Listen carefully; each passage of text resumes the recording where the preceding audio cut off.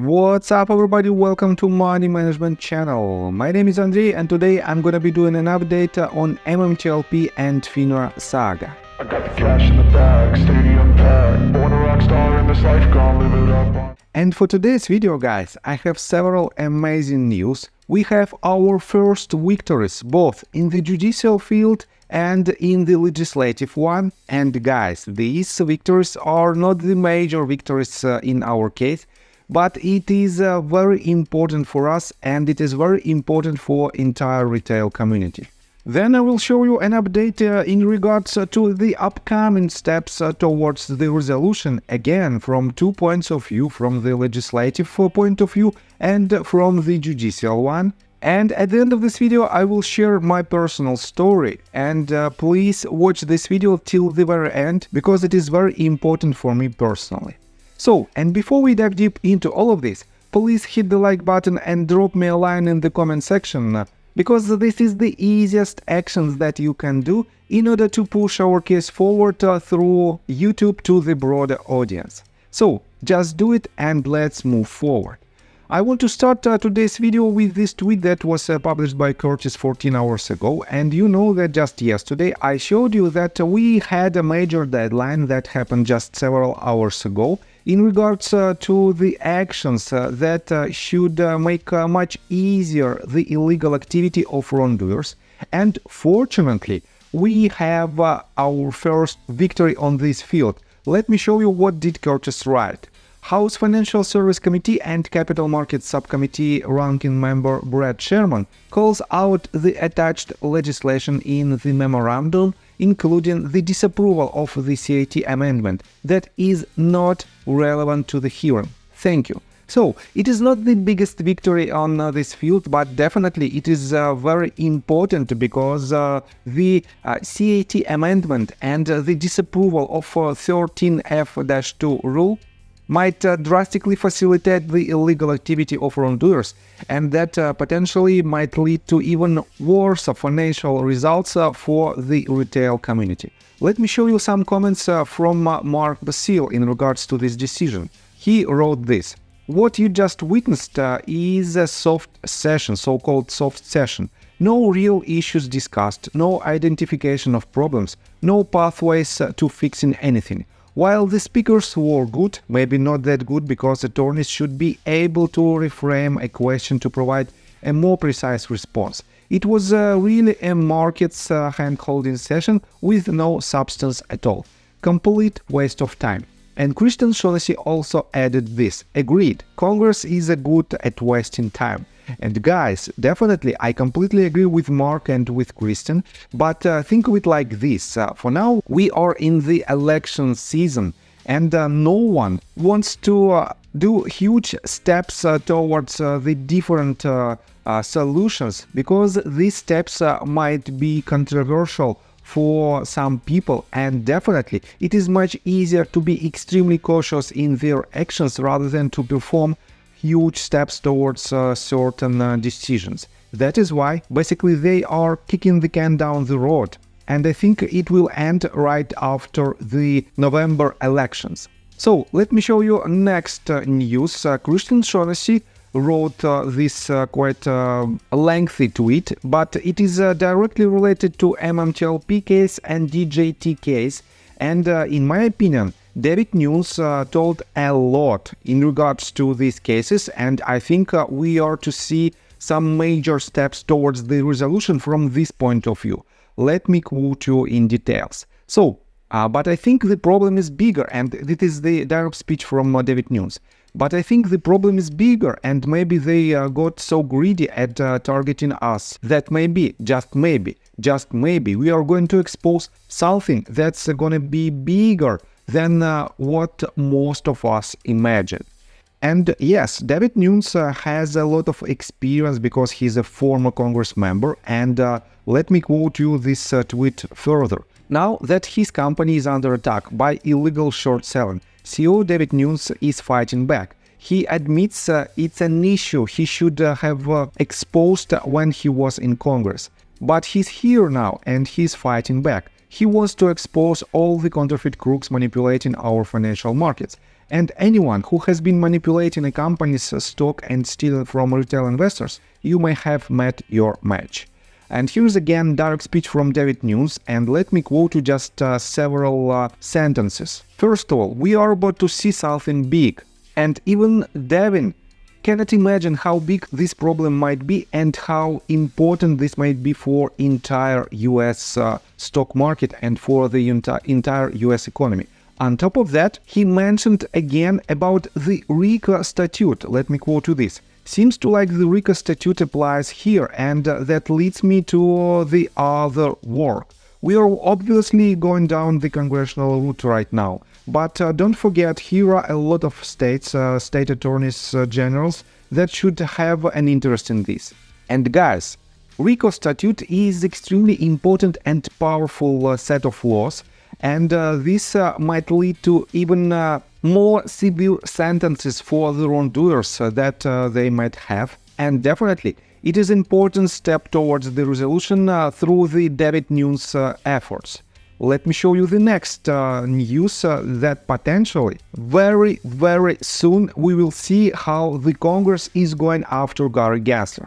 Let me quote you this tweet that was published by Tom Aver, and he is a Congress member from the Minnesota's 6th district. Let me quote you this. The SEC's statutory mission is to protect investors, facilitate capital formation, and maintain fair, orderly, and efficient markets.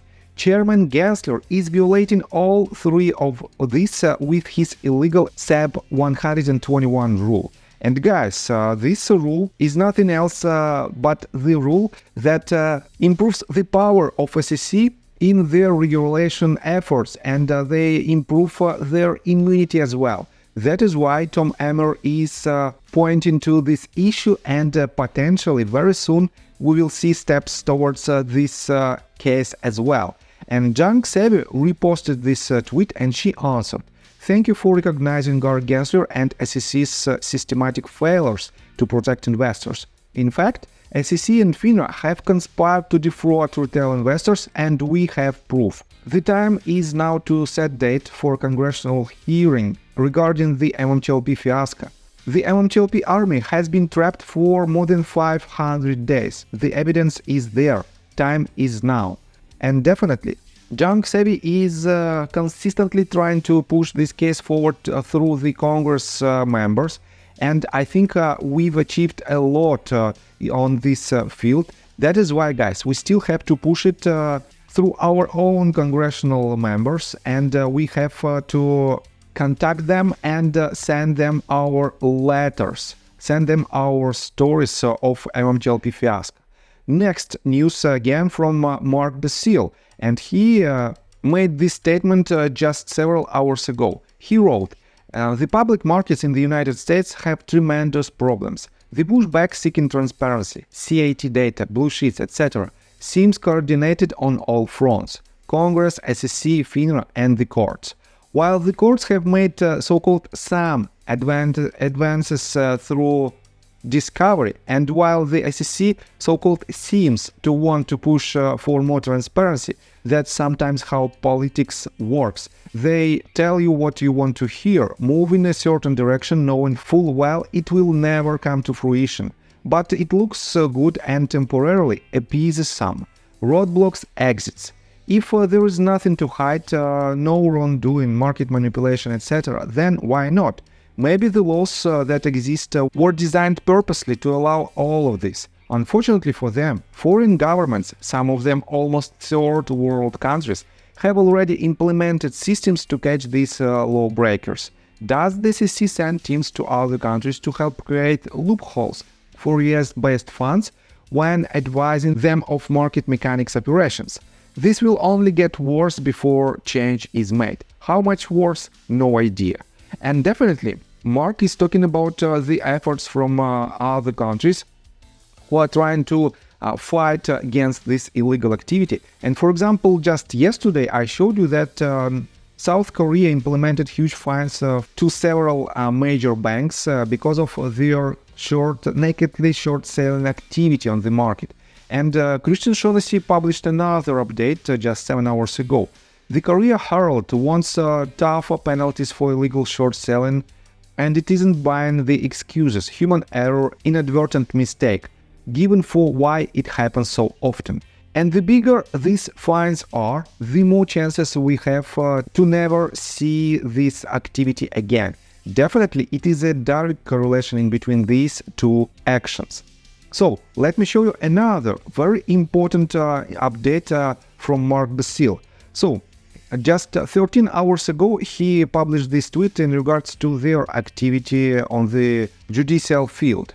He wrote, "We are one of the only firms in the country that has had success in this area of litigation, in addition to RICO claims, for our public company clients. If you are a shareholder in a public company that has taken either a power-up lending, Geneva Roth or 1-800 diagonal funding transaction within the last 4 years, please send them this compliant. CEOs and their board of directors have fiduciary obligation to their shareholders." And here you can see the question that was asked by Johnny. "I think you were doing some pro bono work for MMTLP using New York discovery law, but lost the case and you appealed. What happened to the appeal?" And Mark responded, "Lost the appeal. We could have taken it to New York's highest court, but they would rely in FINRA's ultimate immunity. So we decided to focus on Steamroller and other MMTLP client matters that could get this to the same place, just from a different direction." And guys, he's talking about the Khorasani case that was dismissed by the judge and they lost an appeal.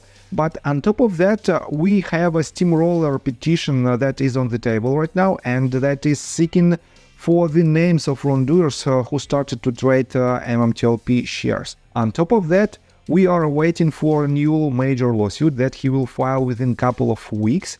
And this lawsuit has to include all the recent updates in regards to our case. On top of that, guys, let me show you another news from Mark Basile. Basically, he just published this tweet, but the news is from the SEC Commission standpoint. Well, the notorious Kramer Enterprise was just sued by the SEC, and he added this link. Let me show you this in details, and let me quote you this. "The Securities and Exchange Commission announced today charges against Kurt Kramer's of Jericho, New York, and his wholly owned business, and here's 4 companies that was charged as well. The SEC complaint filed in the United States District Court, Southern District of New York, alleges that since at least January 2018 through at least March 2023, Kramer and his companies engaged in the business of purchasing convertible securities from penny stock issuers, converting those securities into common stock at a large discount from the prevailing market price, and quickly selling the newly issued shares into the market for profit. The SEC complaint alleges that the defendants purchased nearly 2,000 convertible securities from about 325 microcap stock issuers, converted the securities into more than 100 billion newly issued shares of common stock, rapidly sold the newly issued shares into the market, and generated millions of dollars in revenues and profits. And guys, this is a major update from the Securities and Exchange Commission. And we have to know more about this case, and we will know it basically within the next several hours. Richard Hoffman, in response to this news, said that he will do a video Wednesday. Basically, he will do it today, and we will find out from the legal standpoint, from the professional point of view, how the things might work. On top of that, guys, if you want to know more about the upcoming events that might give you more information directly related to our case, you can take a look on Dennis Neal podcast, and he wrote this, let me quote you. "Up this Thursday, Curtis and Christian Shaughnessy join me on the latest on the naked short ripoff of MMTLP and DJT on What's Bugging Me podcast." So, definitely, Curtis and Christian Shaughnessy will give more information in regards to the latest updates. That is why I highly encourage you to watch this podcast, to hear basically this podcast as well, in order to know more about the latest updates. And guys, let me tell you my personal story. I have a wife and 2 children aged 11 and 15, as well as a small dog. After 30 years of living in Russia near the Baikal Lake, we decided to move. Now we reside in Serbia. Although I don't own any MMTLP shares, I invest a lot of time creating daily MMTLP videos. I have been doing this every day without days off and holidays for more than 1.5 years.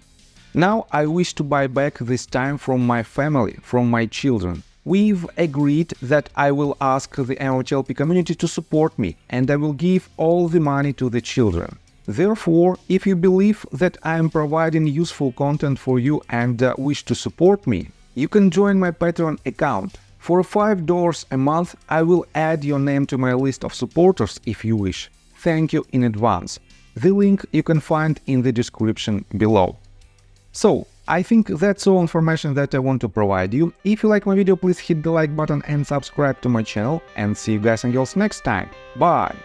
I got the cash in the bag, stadium packed. Born a rock star in this life, gon' live it up on the attack. Baby, I'm bad, I just wanna get caught up in this life. I'm crazy, I'm mad, doing no cap. Only